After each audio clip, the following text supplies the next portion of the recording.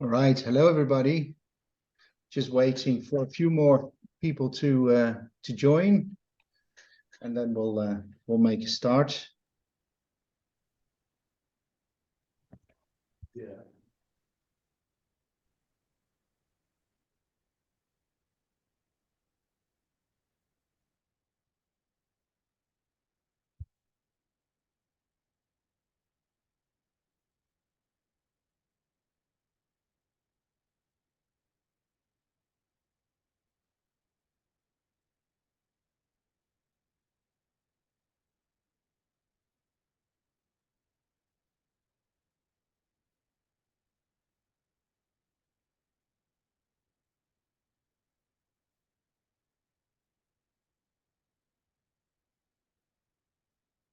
All right, so let's make a start. So hello everybody, and welcome to this seminar of the Future Urban Ventilation Network, Breathing City. So today we'll have Dr. Matteo Carpentieri talking to us, and Matteo is a senior lecturer at the University of Surrey with interests in urban fluid mechanics and in particular pollution dispersion.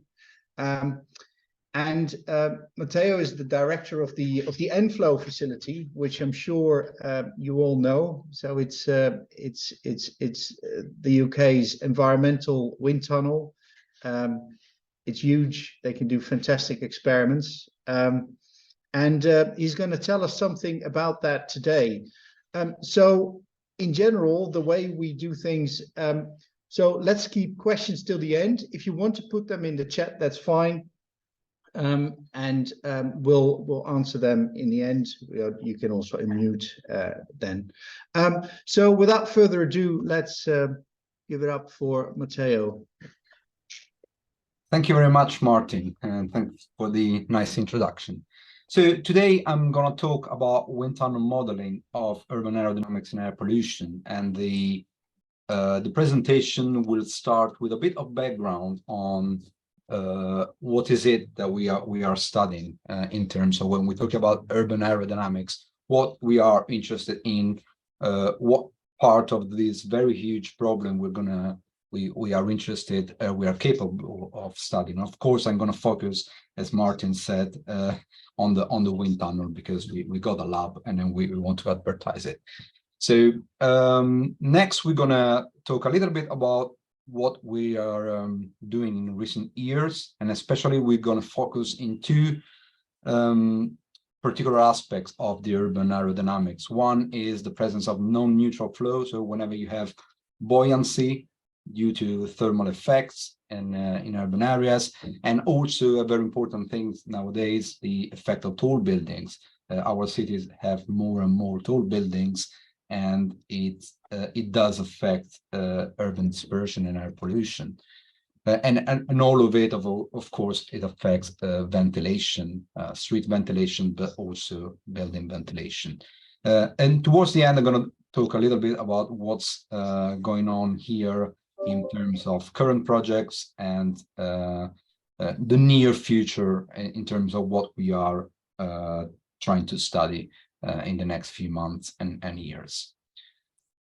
So let's start from cities. Our cities are complex, as you can see from these pictures. So we have all sort of very different geometry, a lot of shapes, buildings, and you got a lot of different boundary conditions. So you can have cities that are located on the sides, cities in the mountains, cities in valleys. So all sorts of different meteorological conditions, and that makes your problem hard to solve in terms of urban dispersion. It's a hugely three-dimensional problem, so we cannot use cheap models. By cheap, I mean simple models to try to characterize urban air pollution. So the question we need to answer is how to simplify. And one of the main problems we have is that there is a very wide range of scales that are affecting flow and dispersion in urban areas, from the very small tiny vortices created by turbulence to very large global circulation meteorological effects. So things go from the scale of centimeters to the scale of thousands of kilometers, and that is reflected, of course, into time scale as well, so from seconds to tens of years. So try to simplify all this is not trivial. When we focus, in cities, things we need to focus on a particular scale. Otherwise, as I said, the range of different things we need to consider is too large. And usually when we talk about cities, so we're not going over the 100-kilometer scale, so we restrict ourselves to this, but still we can identify different scales that we can call a regional scale, urban scale, when you encompass the whole city, neighborhood scale, when you take a part of the city, and local or street scale that is sometimes more relevant also to building ventilation, for example. These are horizontal scale and time scales, as was seen in the previous slide, but there are differences in the vertical distribution as well, as you can see from these very famous pictures on this slide. So you got a lot of complexity within the urban canopy, which is the part of the city that is below roof level. And the roof level is hard to identify because buildings have different heights. So that is another issue. But then things get usually smoother and more uniform as you go, as you increase height.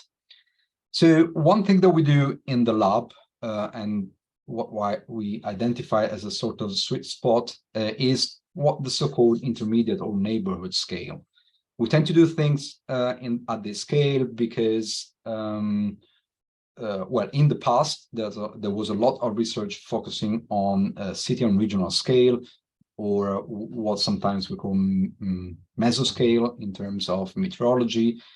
And now we are able to go a bit more high resolution, so we're getting there. So we can go very high resolution, like at the local street scale using CFD or using other models.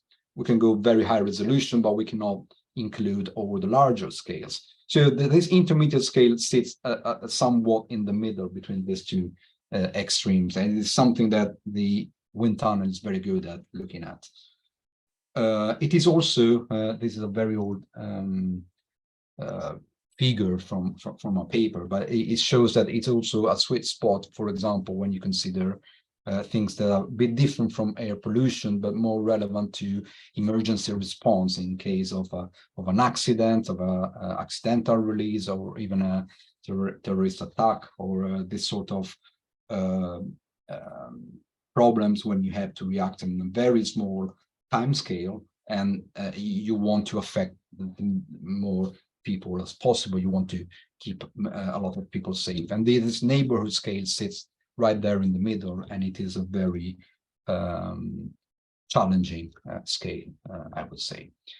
So what are the challenges and the processes that we are considering there? It's they are all high Reynolds flows. That means you got a very wide range of, as we've seen, of scales involved. It's complex geometry, and the dispersion is not easy also because you have all sorts of different sources of pollution in terms of release, but also you have what we call topological dispersion. So things like buildings and wakes of buildings act like accumulation for pollutants that they are slowly released over a scale, and that makes things even more difficult to analyze. And then you have all sorts of things: entrainment of material, detrainment of material from and to the above canopy flow. And there are some important other factors, which are the ones that we're going to focus on in this presentation, which is some isolated feature like tall buildings, open spaces, water bodies, and the role of thermal effects that I'm going to talk a little bit about in the next few slides. Now, in terms of methodology, how would you approach this problem? There are usually three types of approaches. One is experimental modeling, which is try to do experiments. It could be in a lab or it could be measurement in the field. Then you have the other side, which is parametric modeling. Usually we're talking about fast model, and they tend to be either semi-empirical, like, for example, Gaussian clue model or the box model. They are based on some sort of theory, but they are tweaked and adjust based on measurements. And then there are the full empirical model, just based on the analysis of data that you have. Nowadays, of course, in recent years, computational modeling has been growing a lot. So you can have a linear model, Lagrangian model, all very high resolution and computationally effective models. Now, just as a quick comparison of the idea, what we want to achieve is to build better empirical model. So we want to build better fast model to do the calculation that we were mentioning earlier. It could be higher resolution, air pollution, air quality models, or it could be emergency response model, where you, as I said, the neighborhood scale and the very high resolution are relevant, and you want to be very effective in that. So if you want to do that, you need data, and data can be gathered through these main three methodologies. It could be field experiments, CFD simulation, or laboratory experiments. And I'm sorry for the people who work on water channels and water facilities. I'm mostly focusing on wind tunnel just because it's what we do, and it's probably also the most common facility that you can encounter. So what are the advantages and disadvantages of wind tunnel experiments? You have a control condition, which you don't have in the field. For example, experiments can be quick, certainly quicker than field experiments and CFD simulations. They have a very high time resolution. They can also have a high spatial resolution. Having both is a bit tricky, I would say, but you can have a wide range of scales capture in wind tunnel experiments. And when I say by default, I mean we don't have to do any effort to do that. Automatically, when you have a certain range, you have a very wide range of Reynolds number that, depending on how big is your facility and how it is well designed, but you can capture a lot of that. It's very easy to change wind direction. You just need a turntable, and then you change the what side is facing from your model, which side is facing the wind. They can be expensive, probably not the measurements themselves, but maintaining the facility it is. Building new models can be expensive, so anytime you have to change model, you have to build something from scratch, and it takes time and money. And also the range of scale that you can have is filtered, so you cannot represent the smallest scale because you are sizing down everything, and you cannot represent the largest mesoscales because your facility is small. On the other hand, you got field experiments. They are often considered reality. So one thing you should check against. I put a question mark there because it will be clear in a minute what I mean by that. Experimental campaigns can be long, especially if you need data that are useful to develop models. But of course, it contains the widest range of scale, and that is sort of for free. I mean, you are in reality, so you encounter all the range of scales that are available to you. Usually they have a very low spatial resolution, and that could be a problem. They are also expensive, so it's not having a field experiment is not cheap. And if you want to test a new condition or a new geometry, you have to change a field site, and huge problem. Especially you cannot test hypothetical scenarios. You cannot remove a building, for example, or test what happens if you have a taller building. These things you can't be done. They can't be done in field experiments. Nowadays, we got the development of CFD simulation. They have a very high spatial resolution, and time resolution can also be high depending on which model you use. It's easy to test new models compared to the wind tunnel. So changing geometry is not that hard and not that expensive. But of course, they need validation because you're modeling certain things. You can also test a wider range of scale, but at the expense of having very, very time-consuming simulations.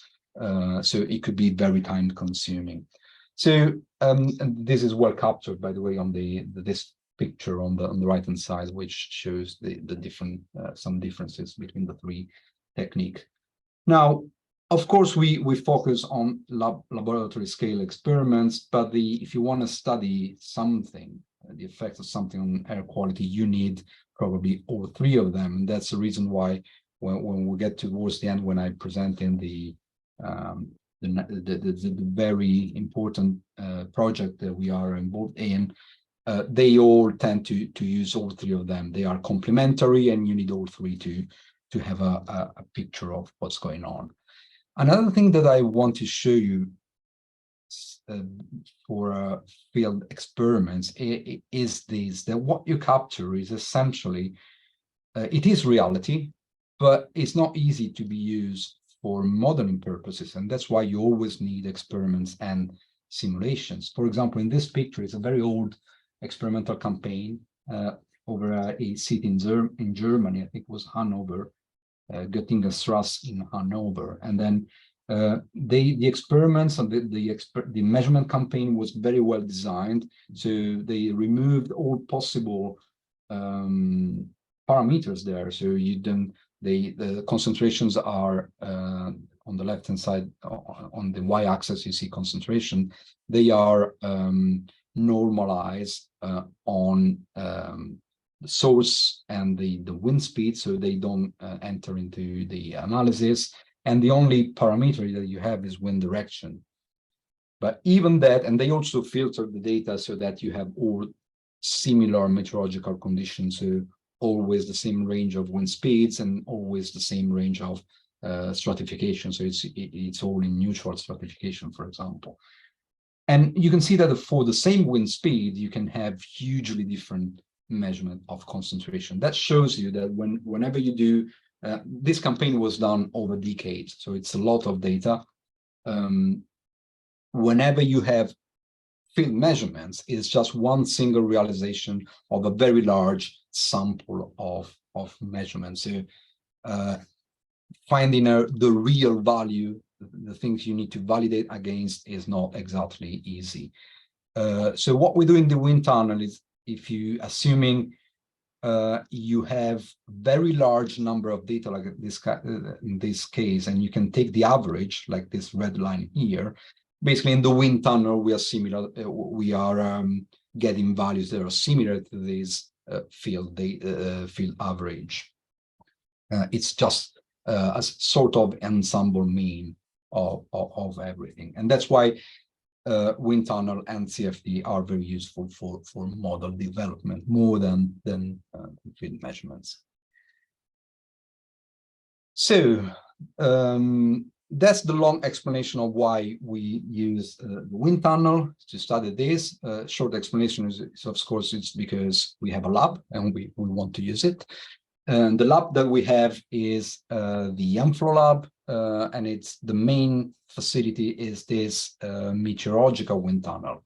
We call it meteorological because it can simulate different types of thermal environment there. So it is designed for very low speeds. So if you're familiar with wind tunnel, you can see that this range 0.5 to 2.5 meters per second is very low in the range of wind tunnels. And the reason why it simulates this low speed is because it's specifically designed for environmental programs. So especially pollution dispersion, where the main the worst case scenario is when you got low speeds of the wind, which is the contrary of what you do for aerodynamics, vehicle aerodynamics, for example. And also, whenever you need to simulate non-neutral certification, you need very low speed as well. Now, this facility is pretty unique because this simulation of the thermal environment, which means we can control the temperature distribution in the wind tunnel, is very unique. It's the only one in the UK that can do it. There are only few in Europe, I think 2 or 3 in Europe that can do it. And even in the whole world, there aren't that many. Probably one hand is enough for you to count them. One of the things we've studied in a recent year is exactly this. So what's the effect of the thermal environment on air pollution and dispersion? So this was a study that was we started in I think 2016. Is still ongoing. Of course, we're still looking at it, but the idea is looking at different thermal environment that you can have in a city.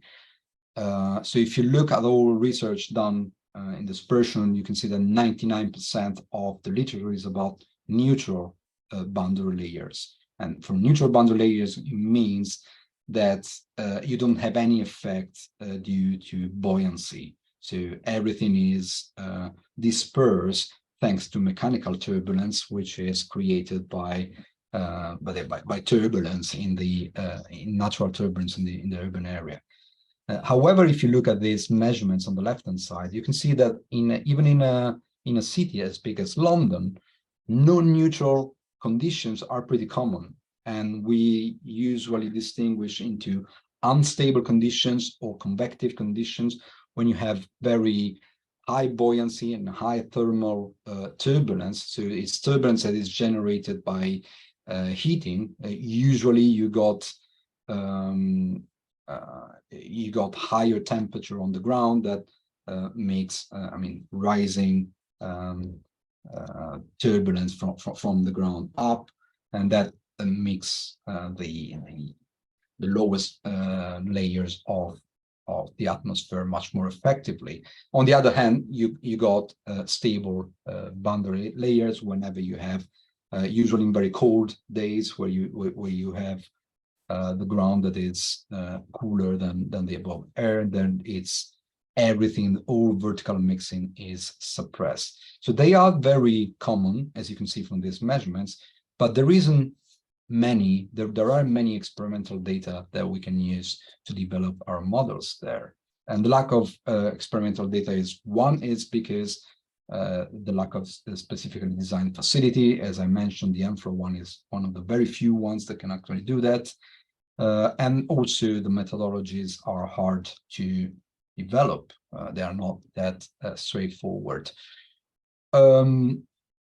One of the things that we want to ask at the beginning is, does it matter though? So is stratification that important? Because one of the main argument that people had for keep looking at the neutral stratification is that when you look at a local scale where individual buildings and individual feature of the city have a large effect, they create a lot of mechanical turbulence, and so any local stratification effect might be disrupted and it's not that important anymore. So this was the usual argument that people had, even though it wasn't verified. So the first question we ask is that one is, what's the effect of having a non-neutral boundary layer on dispersion and air quality? So these are the sort of measurements we've done. I won't spend too much time on the instrumentation there. If you're interested, you can ask me later, or you can look at this paper that I mentioned there.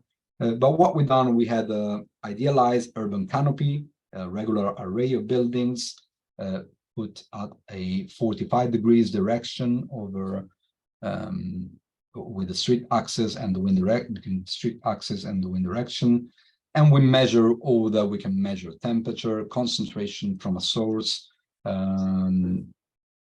velocity components, and so on and so forth. So this is the we created initially a stable boundary layers, so that we created 3 different ones that we labeled SPL1, SPL2, and SPL3.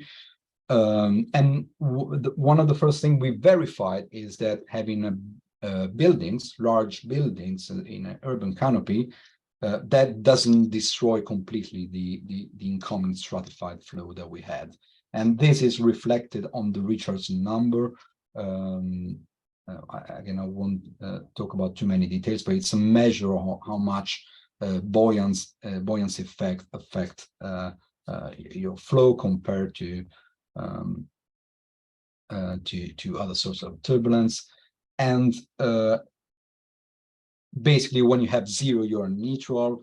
The larger the Richardson number, positive, the more stable your boundary layer is. So you can see that the approach boundary layer was a certain value, and over the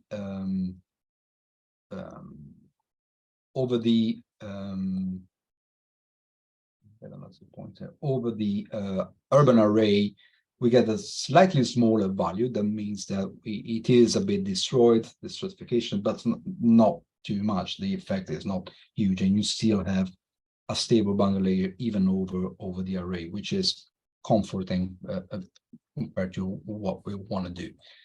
Then we went on to measure concentrations, and these are some vertical profile and lateral profile of concentration measured in the canopy. This value 0.5 are within the canopy, and this value is just above the canopy. And you can see that the effect of stratification are pretty significant.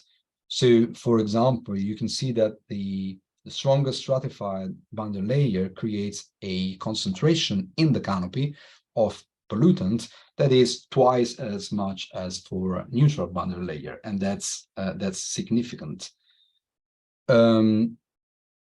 We also focus on how the plume spreads in stable stratification compared to neutral one, and we can see that we don't see much difference in the lateral spread, but we see a huge effect in the vertical spread. So having a stable stratification reduce the vertical spread a lot in an urban area.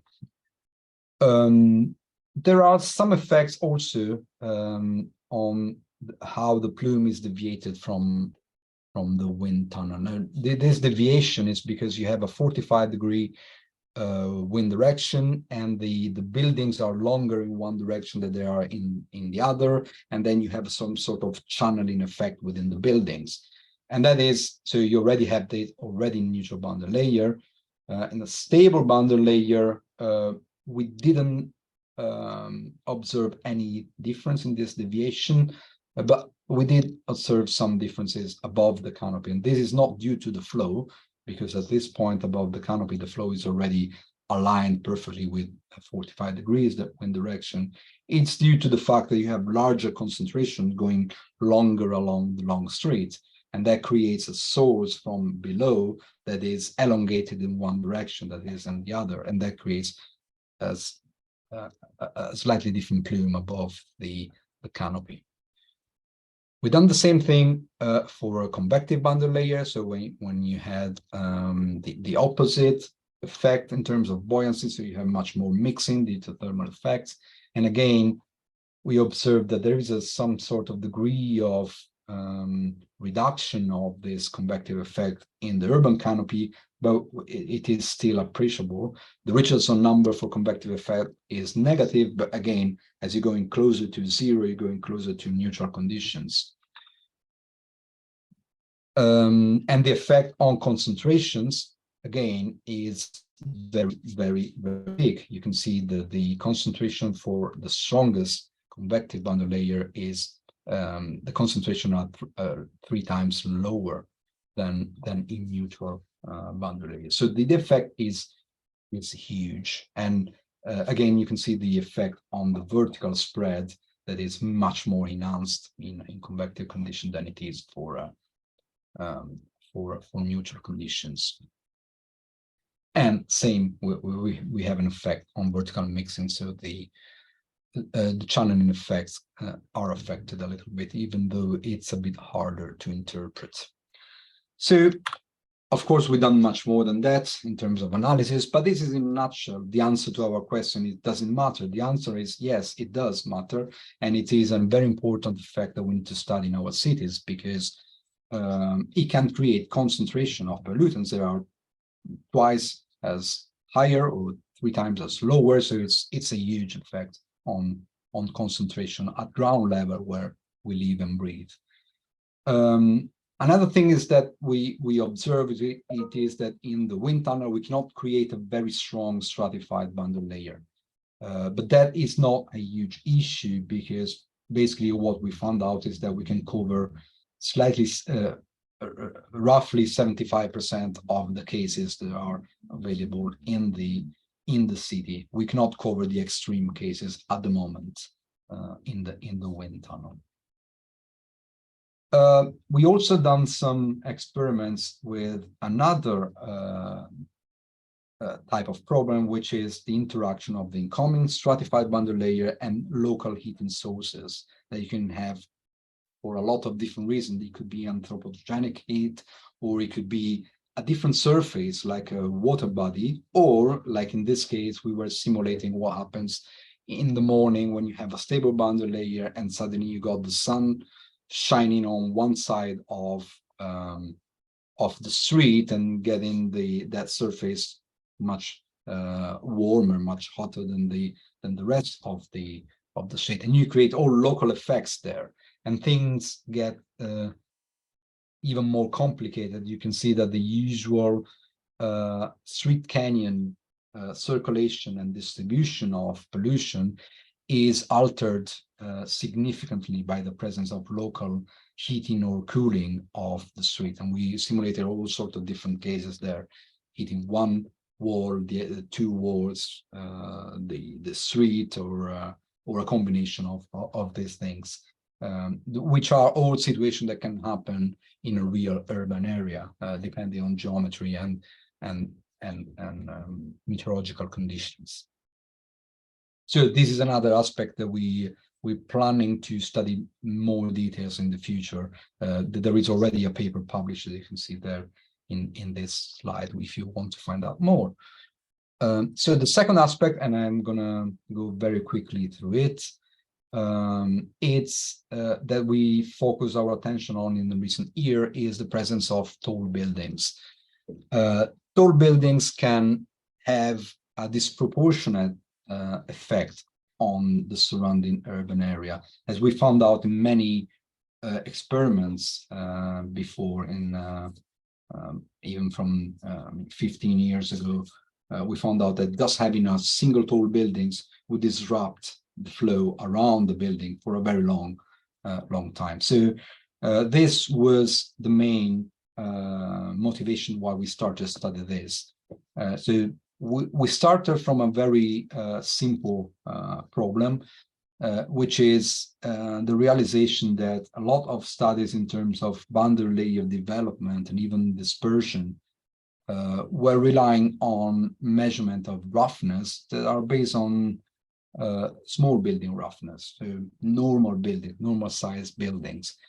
We didn't have many measurements and many studies on tall building roughnesses, as you can see from this picture, for example. So the first thing we did is we tested this in another wind tunnel. It wasn't in the Amflow wind tunnel, it's in a slightly smaller one, but we were more interested in the boundary layer development rather than the dispersion in this case. And we tested 2 different cases, one with uniform height and the other one with variable height, but they all have an average building height, which is, and they are based, even though they don't look very realistic from this picture, but they are based on actual city centers, like the lambda p, which is the building density, and even the frontal area density are based on Manhattan and parts of Hong Kong. So they are they exist in reality, even though probably not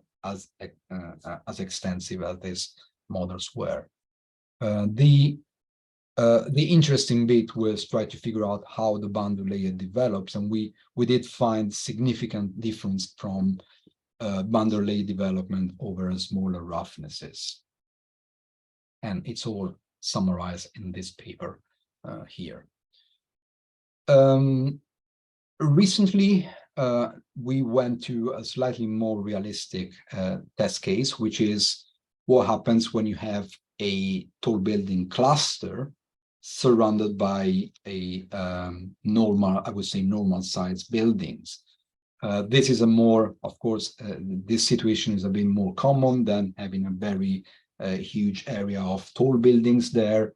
And we did some preliminary experiments in another facility, different from the two I'm talking about so far. But we were interested in how the wake of tall buildings were affected by parameters like the building aspect ratio, so how slender are the tall buildings, the building height itself, or the building spacing, so how wide are the streets, and of course also wind direction. And we found a lot of interesting aspects there that will be summarized in a paper very, very soon, hopefully. This leads nicely into the ongoing research. So what we're doing now, what we are focusing on now, and hopefully we're gonna see some results coming in the next few months. So one is the Future project, a very nice acronym that is a project in collaboration with Reading and Southampton that is focusing on what are the effects of tall buildings on the urban environment. We are studying idealized tall building cluster, realistic tall building clusters. At the moment, the main measurements are done in a part of Berlin, but there are plans to study the city of London, for example, and other test sites as well. And we are combining all the three methodologies I was talking about at the beginning. So field measurements, CFD modeling, especially LES, large edge simulation, and of course, wind tunnel experiments. And we're gonna basically extend the study I just mentioned in the previous slide, so this one, but we're gonna transpose this into the larger M-flow wind tunnel, and we're gonna taste all sort of environmental ranges, and we're gonna also look at pollutant dispersion, so how the wake of this tall building cluster affect air pollution.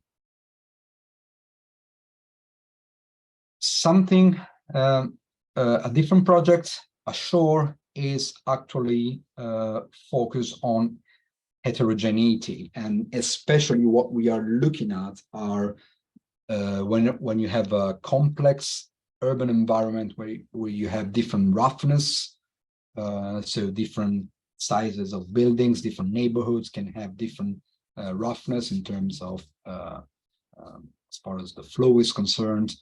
Thermal differences, they could be either local sources of buoyancy, as I mentioned in our previous results that's shown to you, and also the effect of urban geometry and terrain, so presence of slopes, valleys, all these sorts of things that can be affecting a city.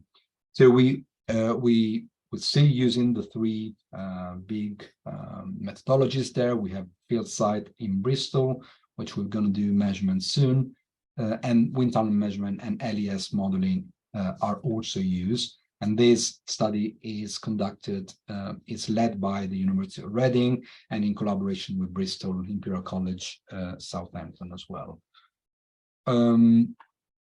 The main outcome of both this project and the previous ones, again, the development of fast mathematical models, so empirical models that can be used more effectively at the neighborhood scale in urban areas for a different range of things. Recently, and probably in the future, we might want to focus on ventilation as well. And for ventilation, what I mean is usually street ventilation maybe in combination with building ventilation.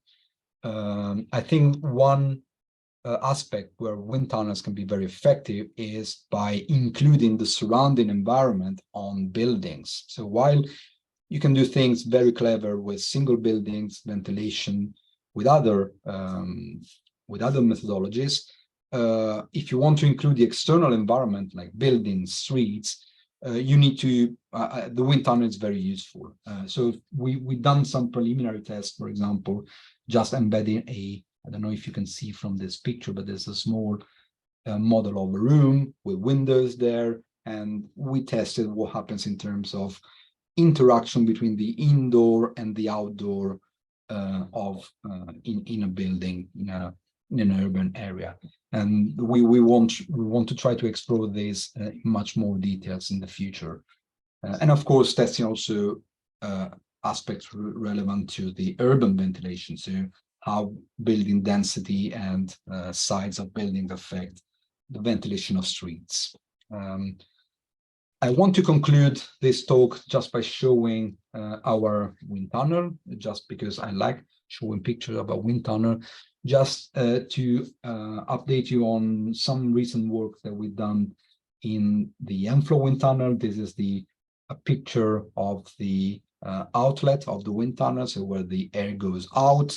And you can see here there are the two fans that are driving the flow there. What we've done is we both new ones, a new motor, and that means we can extend the velocity range from 0.5 to 2.5 that I mentioned earlier to double it. And this is very significant for neutral flow because it means we can test a wider range of scales there, because if we double the Reynolds number, we can also test something that we call the Reynolds number independence, and it's much more significant in terms of accuracy of the measurements. And also it's a lot quieter. So when we're running at a fast, what we call fast speed, it doesn't affect the lab too much, and that is a huge advantage.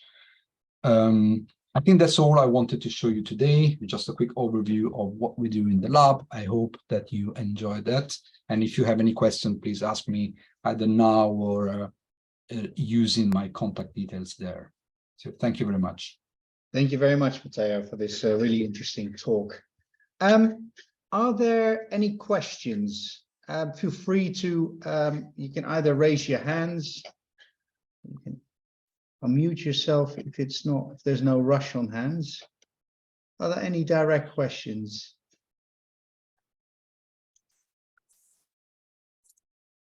So I'm trying to find the view.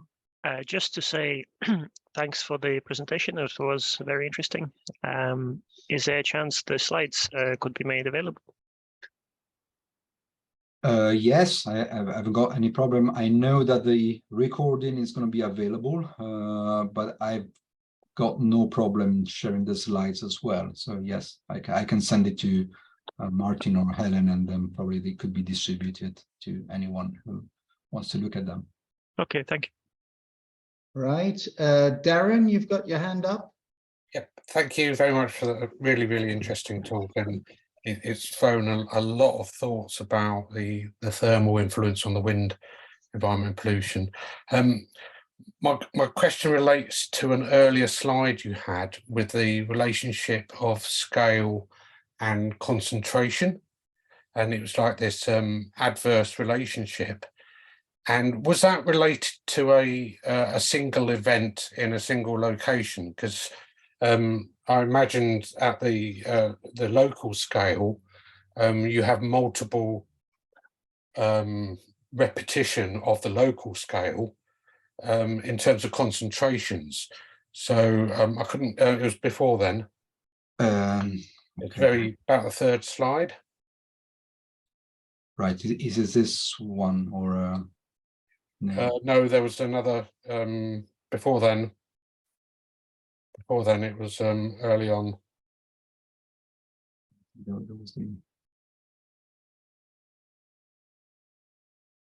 There, that one. This one. Okay. Yeah. So I couldn't quite get that relationship of scale and concentration, because I thought street scale, if it's repeated, is a whole series of high concentrations.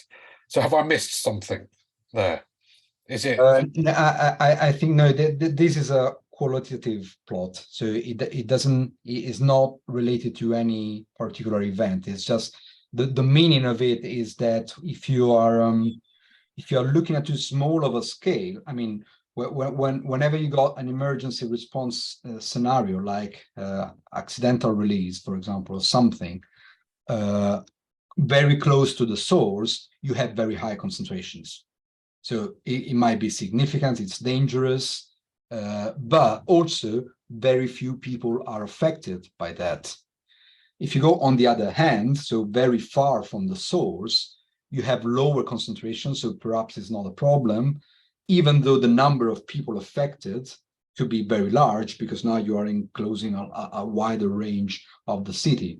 So it was all to say that there is a sweet spot there where at the neighborhood scale where you still have high concentration because you're close to the source, and it affects a lot of people because you're enclosing a large area. So this is all what this plot means. It doesn't reflect any particular measurement or any campaign there.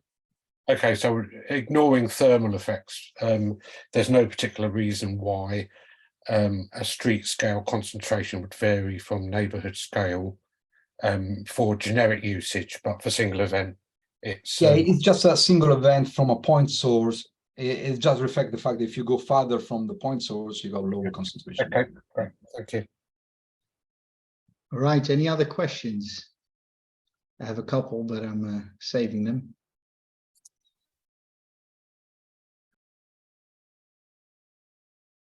All right, so I'll take advantage of the silence. So one of it was nearly a throwaway comment that I saw in your slides, Matteo. It said that the Richardson number is not a very good indicator for stability. Could you say a little bit about that? Okay, this has, let me go to the slide where I say that. So what you find in the literature when people were studying idealized case, either numerically or with experiments, is that there is a sort of different regime that you can find depending on stability. So, for example, for stable cases, usually things are divided into weakly stable cases. And usually when the Richardson number is larger than 0.2, that's usually the range of things that people look at, you enter the very stable regime where things don't scale with the friction velocity anymore, and then you need to find a different way of scaling, and it's not even I mean, we don't know exactly what would that be.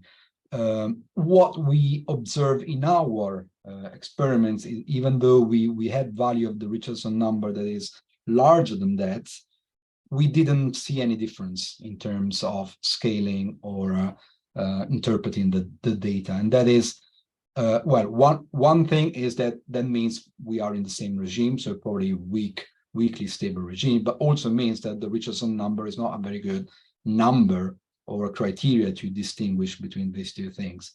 And what we found that it could be more is using something that is based on the Money-Nabokov length, like this type of Reynolds number that could be a better mating between weakly and strongly stable.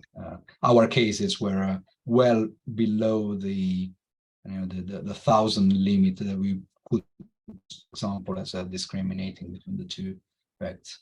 Yeah, and do you think that the surface roughness is here kind of a strong influence, right? Because you've got competing length scales. You've got the Nabokov length, and then you've got the building heights. Yes, no, that's definitely the case. Yes, and as I said, it's nice that we demonstrated that despite this very high roughness, we do have effects due to the thermal conditions in the flow, but it is true that the huge mechanical turbulence that is generated by this has a much stronger effect on the flow than the stratification. That is probably what we found here. The roughness we used in that array was relatively small as well, so cities can have larger than that. So yes, it has a stronger effect, but that doesn't mean that the stratification doesn't have an effect. It does, and it's significant, so it needs to be included in studies. Yeah, I agree 100%. Are there any other questions for Matteo? If not, then if I can ask one. Yes, of hello, course. Mariusz Schlenk from Kandal. I was wondering if you could say something more about this fast model that will be the outcome of the studies, and also what impact would be brought by ignoring the many smaller flow scales, because as we can see, all these models tested in the wind tunnel are very simplified in relation to real buildings, where you have all the openings, all the baffles, etc. And there is very many of such scales. And what do you think about this? Yeah, thanks. I mean, the first question for me is easy to answer because I'm not going to do it. meaning that this fast model will be developed by Omdut Reading mostly. And I think if you look at previous seminars, that you should find something given by Omdut that gives much more details on the model that we are trying to use in here. At the moment, I don't have much more details than that. So I don't know. Hopefully, it's going to be something very good, but we're going to find out towards the end of the project. We are in the middle of one of the two, and we just started the other one. So we are in the first third of the other project. So we're not there yet. I will share more details, or other people will share more details when we actually have something to show there. One other thing that we are interested is in the street network approach, which is the one that was developed by independently from different people, but probably the most famous one is CIRAN, that is developed at the École Centrale de Lyon. The University of Reading has developed as a sort of similar model as well. So it is a sort of box models connected in a street network sort of things. Things can get more complicated than that, but this is in a nutshell what we're trying to do. And we try to add these effects of tall buildings or heterogeneity into that, which is not trivial. On the second part of the question about the smaller scales, you are right. There are a lot of scales that we are ignoring, especially the smallest one. There are other studies that are done in our lab as well there's a PhD student is supervised by Marco Placidi, for example, who's looking at a wider range of fractal scales on the flow. And also there's a study at Southampton in the water tank by Christina van der Wel, for example, looking at this effect of multi-scale patches on the flow. Just to stay in our little bubble of local effects over neighbor scales, what we done in the past, we had very high resolution models and simple models as the ones you see in the picture there. So simple block models, and also models where there were windows or little details of buildings simulated. Whenever you try to capture sort of slightly lower resolution concentrations around a large area, we didn't see much difference there. But of course, there are all sorts of differences compared in terms of turbulence and flow environment, as you say. When is significant, we don't know yet, and this is probably when well, other people or in the future we could focus on looking at. Okay, thank you. I asked this question because we do sometimes the wind comfort studies, pedestrian wind comfort studies, and it's always a question how much you can simplify the model, how much is reasonable. Yeah, no, you're quite right, but for pedestrian wind comfort, it's very local scale, meaning yes, in that case, probably the answer is they do affect a lot. When you're looking at air quality and air pollution, maybe not. It's the answer. The current answer. I see. It's also when vegetation becomes important. Yeah. Yeah. Sure. Okay. Thank you very much. All right. So let's thank Matteo once more. So I found the icon. So well done. Very interesting. Just a quick announcement. So